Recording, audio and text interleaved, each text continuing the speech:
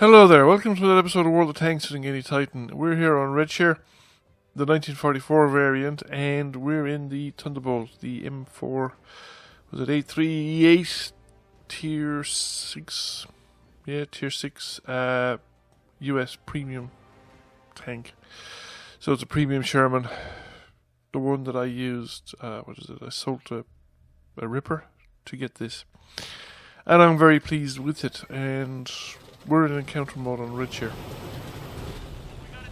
And harking back to the Boilermaker episode that I showed previously, this is a situation where, again, yours truly has to go capping, go resetting caps towards the end of the game, but in this case, it's probably reasonably justified in the sense that I am actually the closest to the cap, but it's not a particularly fast tank to be doing it in either.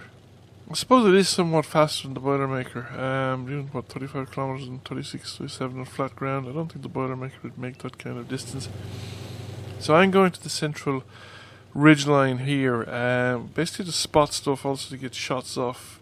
People tend to neglect this area. I think this is a very important location in any variation on Redshire. I think it's actually far more important than the Eastern Corridor. Everybody tends to go up the Eastern Corridor now from the current spawn, especially in encounter, and I think in the 1944 variant, the Eastern Corridor is actually a relatively useless location to go to, particularly in encounter mode, because especially if you're in heavy tanks or slow tanks, if you're over there, you won't make it to the cap circle in time. The map is big enough that slow tanks will have trouble getting from one end to the other before somebody caps out, even in encounter mode.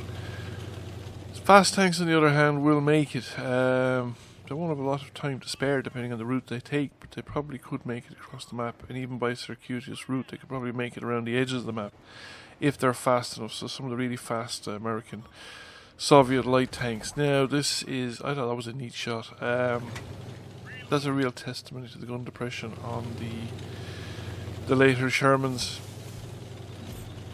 because there wasn't much of that ELC showing, the AMX ELC. Now, all the people in the cap circle are smart enough to go around the other side of the castle, but we have three guys opposed to them. I'm not too bothered about it. There is a tank destroyer behind me. I'd prefer to be a little further forward. I don't think he's of much use to me unless people come over the top of the hill YOLOing on my position, which they could. It's not like it's not a thing. However, the enemy are in force on the western side of the map, not really on the eastern side of the map. But that said, our guys are making it a little bit easier for them, because we have a couple of tanks that are just hanging back, and they're not, like, there's a tank destroyer behind the artillery. I don't know what he's doing. There's another guy there, the guy there at F9. I mean, he can probably shoot the guys at the corner, but he's in a heavy tank. He'd be better off if he actually came down the hill, crossed the central ridge, and tried flanking these guys. This poor unfortunate Jumbo Sherman has backed out of cover into my line of sight, so he's taking fire from me as well as the guys in front of him, and he's been no worse off. He stayed where he was. Centennial AC 4 is taking shots in the turret from me, but the turret is soft enough. Most of these things are going through, but as soon as he starts backing up, we're going to lose track of him. However, it looks like I'm going to intervene in the cap circle, because we've pushed the last guy out. We have a guy in the cap circle, and I think he's the guy that's been pushed out is about to die. And the tank destroyer at the bottom of the map is showing no sign of intervening. Thought I'd get a shot on the the Hellcat not going in there. That's a full health Hellcat, I think, and the rest of them aren't in great shape. My biggest problem is the tank, the medium tank behind me.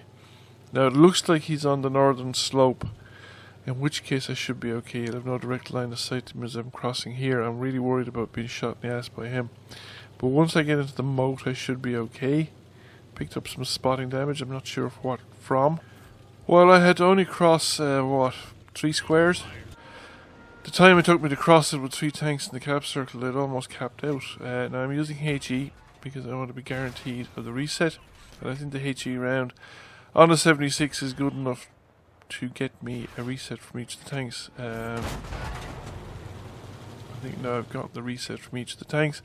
So now we have a decent amount of time before I have to worry about things again, because I can switch, but I'm out of HE anyway. I can switch back to regular ammo. That T-37 is not in a position to shoot me. That's good,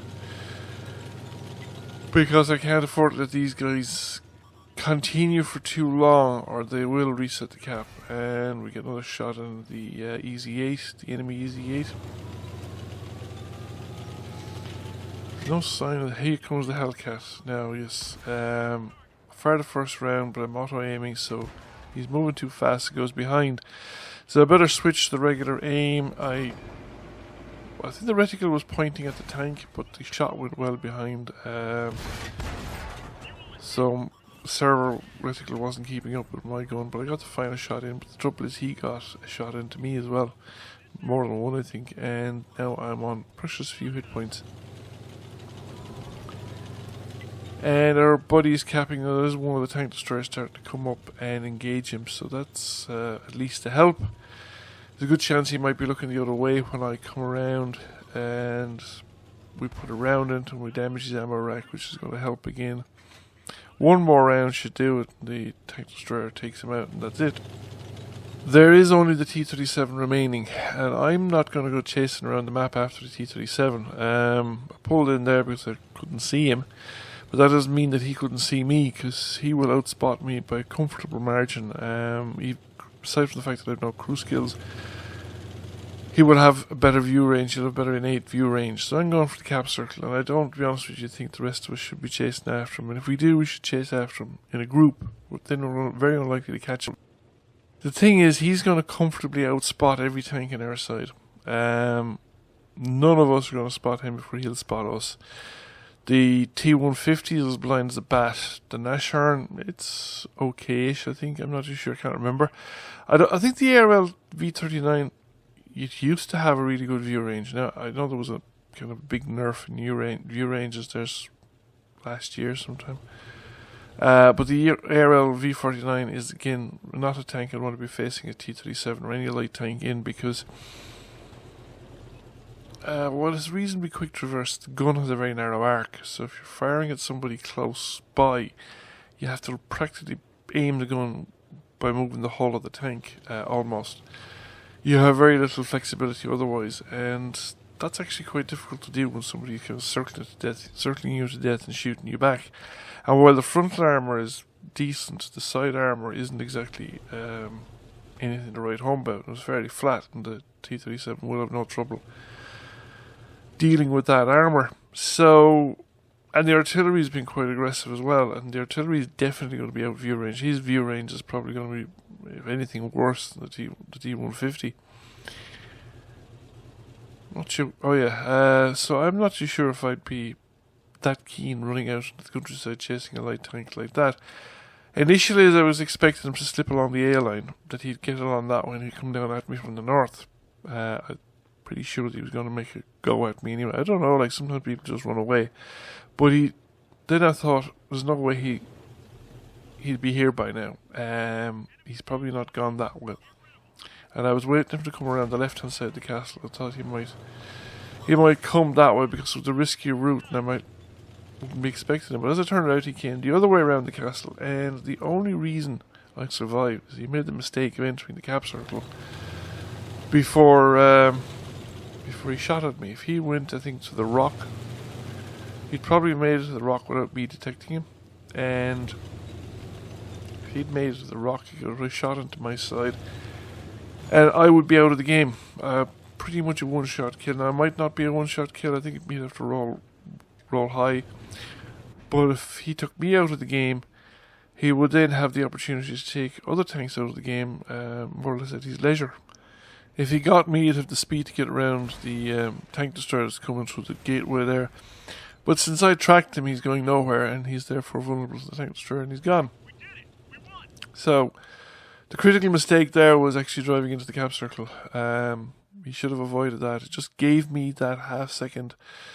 I mean, he did get the shot off, but he had to rush it because I was turning the turret towards him already, and he failed. Of such little things are victory and defeat made, I suppose. So we picked up a nice ball of money. I think we might have been running a buy 2 silver bonus. Yeah, buy 2 silver boost. Second class mastery. We got the defender for resetting the cap. We got a confederate because we shot a lot of tanks, and we came number 1 by experience, by damage as well on both teams actually. So a shout out to Wysa Erda 171. That was well played. You nearly got me there, and I hope you enjoyed the video. If you did, please give it a like and feel free to share, comment. And if you've not already done so, please subscribe to the channel. Thank you for watching. I hope to see you all again soon. Bye for now.